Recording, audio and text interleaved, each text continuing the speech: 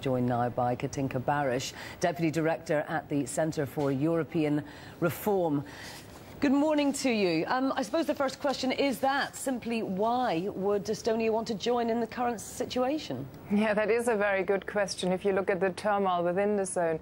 Estonia, as well as its Baltic neighbours, are a bit of a special case because their currencies have been fixed to the euro for many, many years. So in a way, they get the worst of both worlds. They have to keep their currencies absolutely stable against the euro, but they don't have the safety net and, in a way, the solidarity that's now transpired that you have within the eurozone. So they only have two choices. They can break their currency boards, in which case their currencies would implode, or they can sneak into the euro as quickly as possible. So Estonia, in a way, is a special case because it's not giving up exchange rate as a policy mechanism. Now, there's been an awful lot of criticism about Greece's joining the euro because it actually didn't meet the criteria in the first place. How's Estonia placed? Estonia, as far as I know, is actually the only country in the EU that currently meets all the Maastricht criteria for joining the euro. None of the existing eurozone members actually do. It has tiny public debt of only about 7% of GDP. It has a tiny budget deficit, despite the fact that its economy contracted quite savagely last year.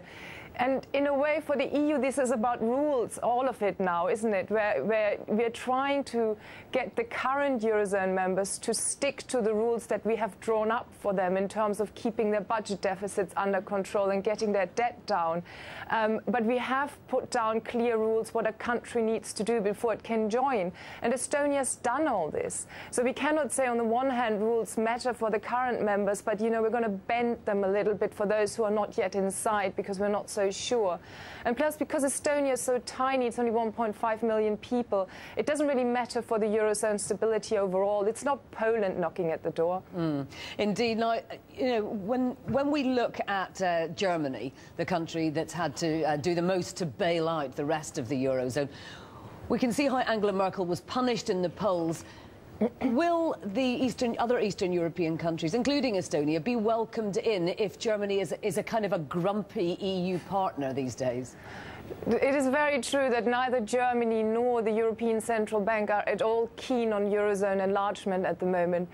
But you don't want to make that political point because you want the other East European countries, the bigger ones, to have an incentive to keep their macro policies on course. So you can make a really nice symbolic move to let Estonia in and signal that Eurozone enlargement hasn't stopped. And as I said, from a macro point of view, this doesn't at all matter because Estonia is so tiny and its numbers are so neat. So you can make that symbolism, and then on everybody else, yes, of course they're going to be super strict now. They already were a couple of years ago when Lithuania tried to join, and it couldn't meet the inflation criteria by the tiniest of margins, and it had to stay outside. And that sort of showed you what countries will have to go through to get in now. Once these countries are inside, and two of the Central and East European countries are already in the Eurozone, Slovenia and Slovakia, and they, of course, are very aggrieved because they had to do their homework very thoroughly, and now they have to make money available for much richer Greeks to bail them out. Indeed. I mean, a country like Estonia, I mean, you were talking before about it having to peg its currency to the euro, but it doesn't have to bail out Greece. I mean, how would they feel about joining a beleaguered eurozone that they would then have to put their hands in their pockets for? Well, this is what they will have to do. But what you will see is, as more of these new member states join the single currency, they will be very strict on the old member states because the EU never did them any favors in terms of letting them break the rules. And they really did their homework and they consolidated their budgets. Now they look at Greece and saying, why didn't you do that? Now, let's look at a country like Poland. What are the chances of it joining the euro anytime soon?